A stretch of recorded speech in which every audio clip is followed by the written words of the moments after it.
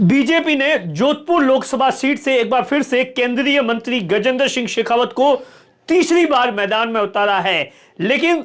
कांग्रेस से प्रत्याशी कौन होगा, कांग्रेस से उम्मीदवार कौन होगा, इस बात को लेकर चर्चा जबरदस्त तरीके से जोधपुर के लोकसभा क्षेत्र में आप कहीं पर भी चले जाइए और यहां तक कि कांग्रेस के अंदर, दिल्ली के अंदर इस बात को लेकर माथापच्ची की जा रही है, लगातार बैठकें की जा रही है कि आखिर किसे इस बार गजेंद्र सिंह शेखावत के सामने उतारा जाए जो कि दमदार तरीके से गजेंद्र सिंह शेखावत का मुकाबला करे। और कांग्रेस है वो 2009 के अंदर कांग्रेस ने आखिरी बार यह सीट जीती थी कि एक बार फिर से चुनाव जीतिए। कहा जा रहा है कि कांग्रेस की ओर से और पूर्व मुख्यमंत्री अशोक गहलोत है वो कहीं ना कहीं ये चाहते हैं कि इस बार जोधपुर से मानवेंद्र सिंह को चुनावी मैदान में उतारा जाए। दरअसल इसके पीछे क्या कुछ लॉजिक है वो भी मैं बताऊंगा और इसी बात को लेकर कहा जा रहा है कि लगातार कांग्रेस का आला कमान है वो मानवेंद्र सिंह से बातचीत कर रहा है। और आज वैसे तो देखिए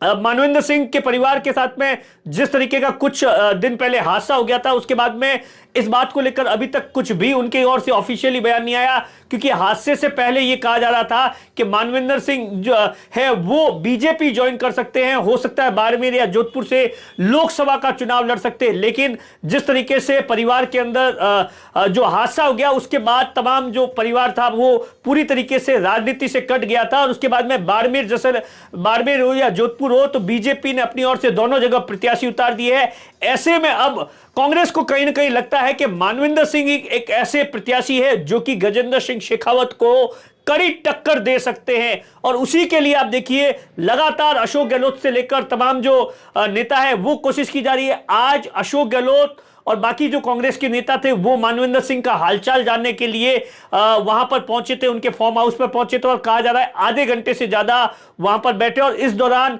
कहीं ना कहीं अशोक गहलोत ये जानना चाहते हैं कि मानवेंद्र सिंह इस बार मान जाएंगे या, क्योंकि मानवेंद्र सिंह के जो आसपास के जो लोग हैं उनका सीधे तौर पर कहना है कि वो अब कांग्रेस से कोई भी चुनाव लड़ना नहीं चाहते। क्योंकि आप देखिए मानवेंद्र सिंह है 2014 में जब बीजेपी से थोड़े से कट गए थे उसके बाद में 4 चुनाव चाहे जसवंत सिंह लड़े हो या मानवेंद्र सिंह लड़े हो लगातार हार हुई है, तो ऐसे में वो चुनाव नहीं लड़ना चाहते। दरअसल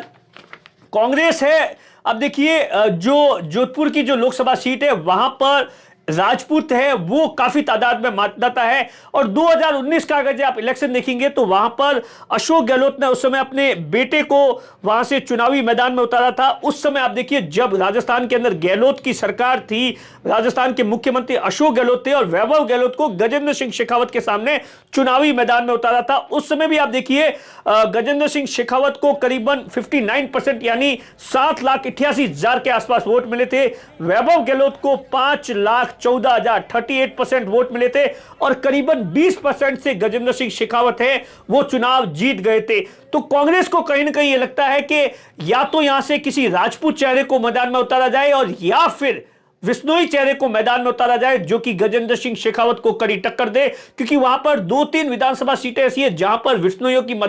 जो संख्या है मतदाताओं की वो काफी तादाद में है। विश्नोई हो, जाट हो या राजपूत हो, ये वहां पर या एससी हो या मुसलमान हो, ये तमाम जो है। तो आप देखिए